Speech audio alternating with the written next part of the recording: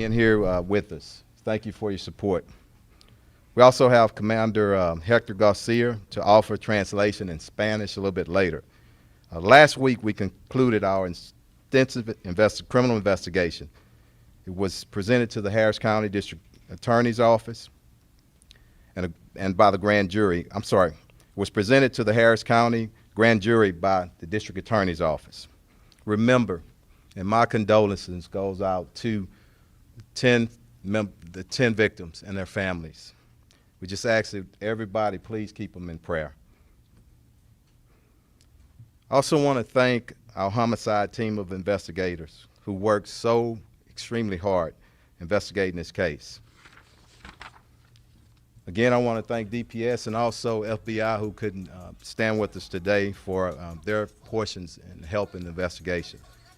The district attorney will provide details on the grand jury process and decision, and then our homicide investigators will follow to give an overview of the investigation. We ask that all questions are held until the end. Thank you. DA?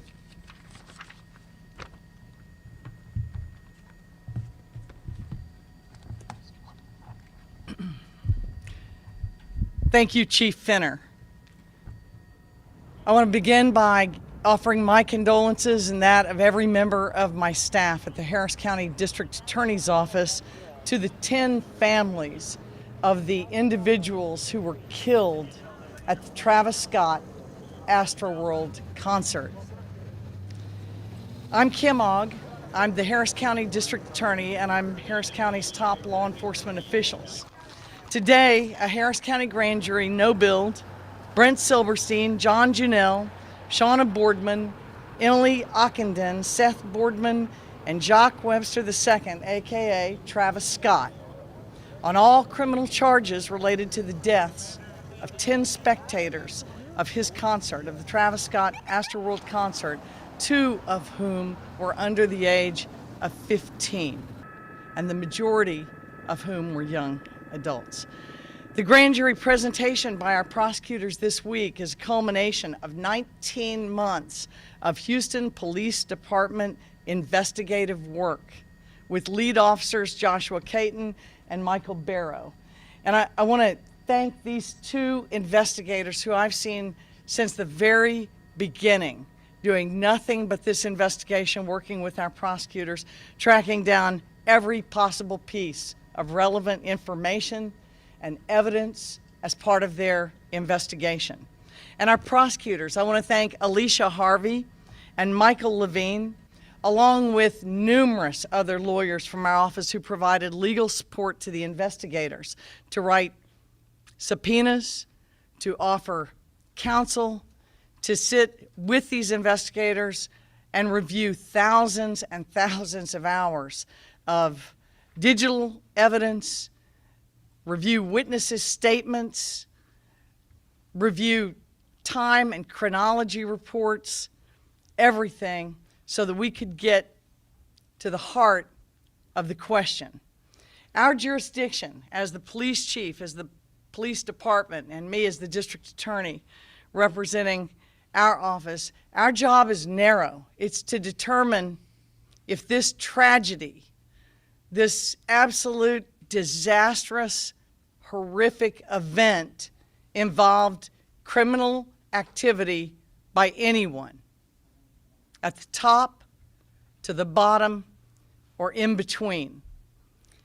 And it's our policy when we have incidents and horrible things like this happen and we aren't clear as to whether a crime has occurred or not, because it's unclear from its face. It was a lawful concert. It was a entertainment event where people died.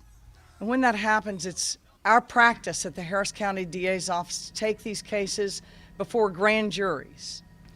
And we do that because grand jury review is required in every single felony case in America. It's a constitutional right, which makes it a prosecutorial obligation. We take these cases to the grand jury only after police have concluded their investigation. In this instance, it took months. As these cases are presented to a grand jury, I need you to understand that in Texas, our grand juries aren't the product of some special selection process. They are now selected at random. Why is this relevant? Because these grand jurors are your neighbors. They are the residents of Harris County. They are ordinary people, here to do a very serious job, just like the rest of us. Determine whether there's enough evidence to say that a crime happened. Just probable cause, not proof beyond a reasonable doubt, but just did a crime happen? Is there probable cause to believe that a crime happened? In this instance, the grand jury of the 228th District Court of Harris County found that no crime did occur, that no single individual was criminally responsible.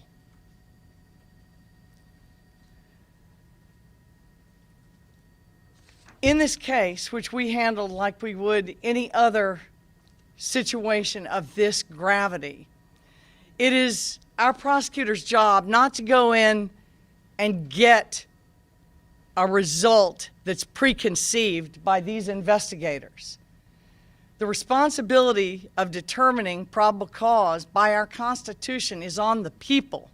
And that's why this randomly selected grand jury of ordinary Harris County residents is so important for you to understand, because they determined the conclusion and the outcome in this very narrow criminal review.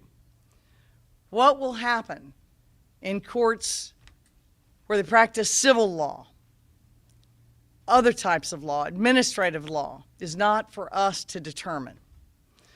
But in our narrow review, our investigators and prosecutors gave it everything they had to ensure that the grand jury could reach the truth of the matter. And that is our job, to find justice even when and in the midst of a terrible tragedy. And in this case, that justice was no bill. Thank you.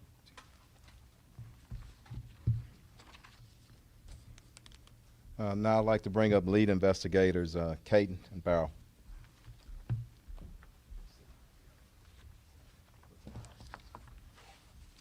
Good afternoon, everyone. I'm Detective Mike Barrow with the Houston Police Department Homicide Division. And like has already been expressed, our thoughts and prayers have been with the family and the victims that have lost their lives in this tragedy since the very first day we received this case on November 5th. I'd also like to express my gratitude to my partner, Detective Caden. He's a fantastic partner. We've been through a long journey in this 19-month-long investigation, nearly 2 years, of going through a tremendous amount of evidence, hours and hours of video and interviews of witnesses and people who participated in this event.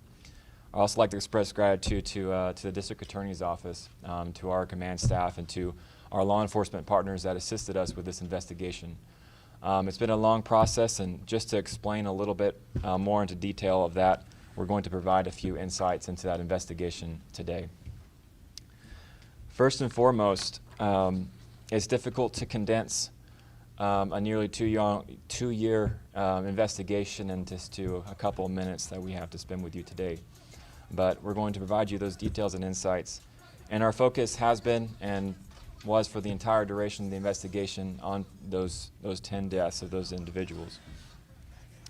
We learned, as you all learned, that those deaths were caused and declared by the Harris County Institute of Forensic Science, death by compression asphyxia, with the manner being ruled an accident.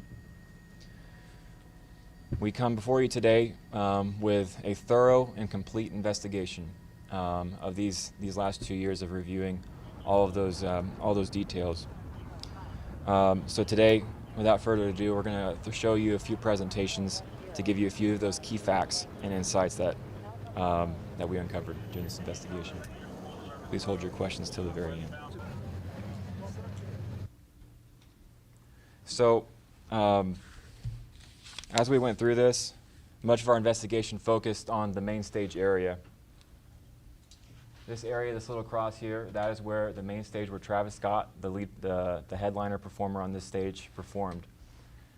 We broke up this into sections. We have Quadrant 1, which is General Admission, VIP Quadrant 2, General Admission Quadrant 4, and General Admission Quadrant 3, with a center chute going down the middle and another that crosses over it. Back here we have a media section reserved only for cameramen and people operating camera equipment. And then there's a viewing field and overflow field for all the other concert attendees who were not able to get to the front. There's also a wheelchair access ramp, house where a lot of the media and the sound and the special effects were operated from, and a variety of other areas. Our attention further focused into General Admission Quadrant 3. This is where we determined after video review of our and witness statements that all 10 deaths occurred within this quadrant. There you have the square footage of that quadrant and the surrounding areas. But our focus honed in on this quadrant for a variety of reasons. One of the key contributing factors to the deaths was the overpopulation and resulting compaction in this quadrant, or Quadrant 3.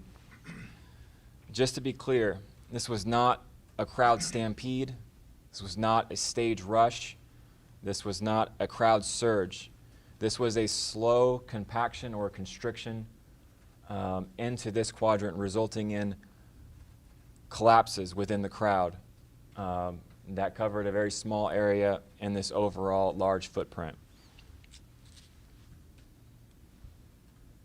One of the key causes for that compaction we've determined was in the early hours prior to the show even beginning. Prior to the Travis Scott show, which was set to go on at 9 o'clock, we have there 9:02 is when he officially started. Prior to that, hours before that, a large gathering of participants and concert goers were already in place at stage 1 in all different quadrants. So it was very loaded, very packed, very anticipated event to see the lead performer. Everyone was already present. Meanwhile, stage 2, down here at the bottom of the screen, at 8:42 hours, SZA was the last show at that concert. This then resulted in the remaining participants in this show to move across this area and over into the viewing area that was already held with people. At which point this area became even more crowded, leading to further compaction. Now, let me also remind you with a disclaimer. My partner and I, we are not crowd science experts, but during the course of this investigation, we have obtained knowledge and understanding and key terminology that helps us explain and put to words what we were observing through all the footage that we reviewed and all the statements that we received. One of those terms include things like shock waves, which can be defined as areas in the crowd that move involuntarily like waves. And this is an indicator that there are too many people occupying that space. We also use the term often in this investigation, crowd pockets, not to be confused with mosh pits, which is common for this type of performance. A crowd pocket is an area where the crowd has succumbed to pressure, leading to an isolated collapses within the crowd. I'll now demonstrate in a quick video clip what a surge shock wave looks like. This is before the show even began. This is in the General Admittance Quadrant 1. Nobody died in this area, but this is just to demonstrate what was going on in certain areas of the concert.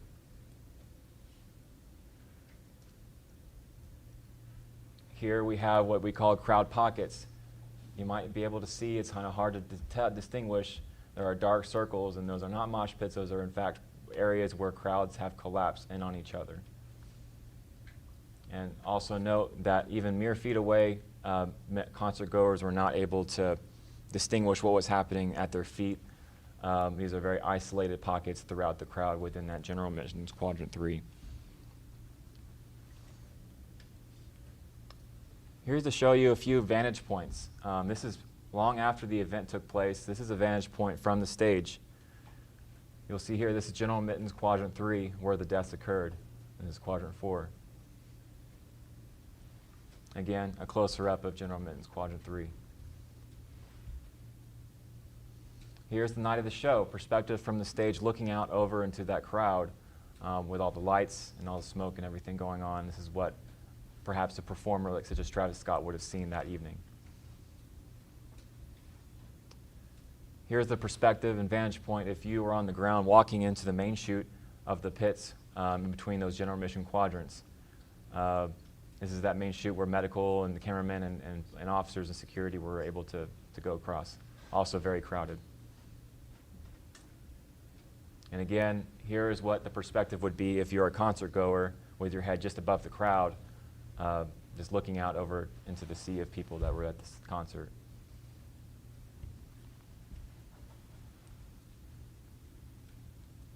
I'm going to turn the time over to my partner, Detective Caden, to explain this timeline synopsis.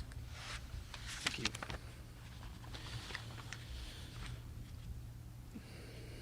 Good afternoon. I'm Detective Caden with the Houston Police Department's Homicide Division. Detective Barrow here is my partner.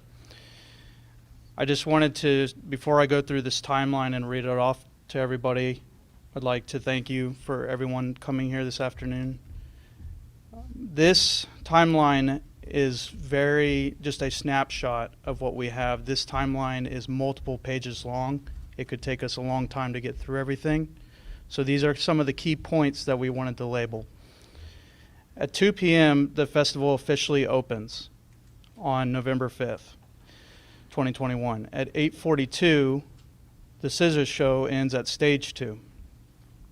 At 9:02 p.m., the Travis Scott performance begins at Stage 1. 9:07 p.m., first 911 call received referencing distress in the crowd. At 9:18, group jumps fence on McNee and command post received reports of injury at that location, which created distractions regarding incident response. At 9:30, HPD receives reports of multiple people entering the medical tent and multiple people passed out at the front of stage. At 9:32, concert attendees climb a camera platform to try to stop the show. At 9:38, HFD initiates an ambulance task force. The first victim is transported to the hospital from the medical tent. 9:39, HPD officially notified of victims receiving CPR and begin the show stop procedure. At 9:47, Set Track declared a mass casualty incident. And at 10:12, the show ends.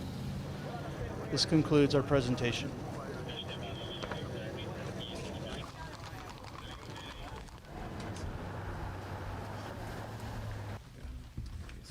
It's okay. Take your time.